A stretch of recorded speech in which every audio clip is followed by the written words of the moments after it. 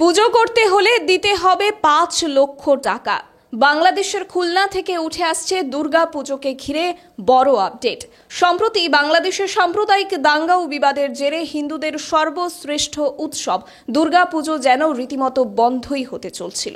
এরই মাঝে দুর্গা পুজোকে ঘিরে এবার আরও বড় এবং চাঞ্চল্যকর তথ্য উঠে আসছে। নমস্কার, দেখছেন খবরের প্রতিবাদ। আমি শতরূপা এই মুহূর্তে আপনাদের সঙ্গে আরও একটি গুরুত্বপূর্ণ আপডেট নিয়ে।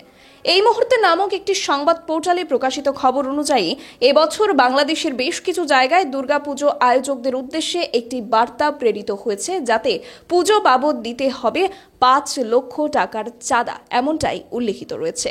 তা না হলে পুজো করতে দেওয়া হবে না কোনো ক্লাবকে। এছাড়া যদি এই বিষয়ে কোনো সংবাদ মাধ্যম বা প্রশাসনের কাছে খবর পাঠানো হয়, তবে কচু কাটা করা হবে বলেও হুমকি দেওয়া হয়েছে।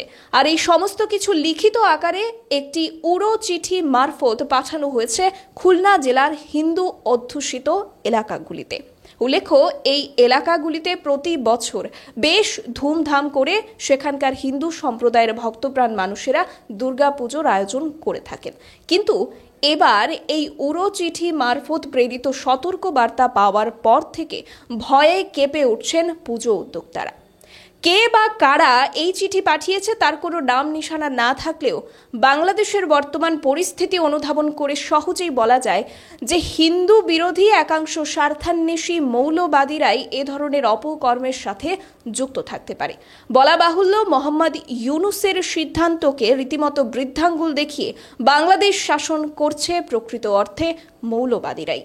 ধর্মীয় বিভেদকে কাটাতে ইউনূসের সমস্ত চেষ্টা আখেরে যেন শূন্যে এসে দাঁড়াচ্ছে। ওদিকে এই তোলাবাজির খবর নিয়ে সেখানকার ধর্ম উপদেষ্টা তথা বিশিষ্ট মৌলবাদী নেতা আখম ফালিদ হোসেনকে প্রশ্ন করলেও তার এই নিয়ে কোনো প্রতিক্রিয়া নেই। তবে বাংলাদেশে হাসিনা সরকার পতনের পর থেকে হিন্দু খেদাও হিন্দু ভাগাও যে কর্মযজ্ঞ সেখানকার মৌলবাদী জামাত বিএনপিরা হাতে নিয়েছে, তার কিন্তু বাস্তবায়নের সম্পূর্ণ চেষ্টা এখনো বহাল থাকছে, যাতে করে এবছর দুর্গা পুজোতে একটা বিশাল রকমের ভাটা পড়তে চলেছে বাংলাদেশে।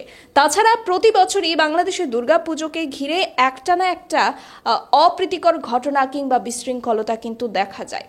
তবে এবছর কি সেটা আরও ভয়াবহ রূপ নেবে, নাকি মোহাম্মদ ইউনূস নিজের ক্ষমতা খাটিয়ে বাস্তব অর্থেই সংখ্যালঘু মানুষদের এবং তাদের ধর্মের মান রক্ষার্থে কোনো নেতিবাচক পদক্ষেপ নেন, সেটাই এখন দেখার বিষয়।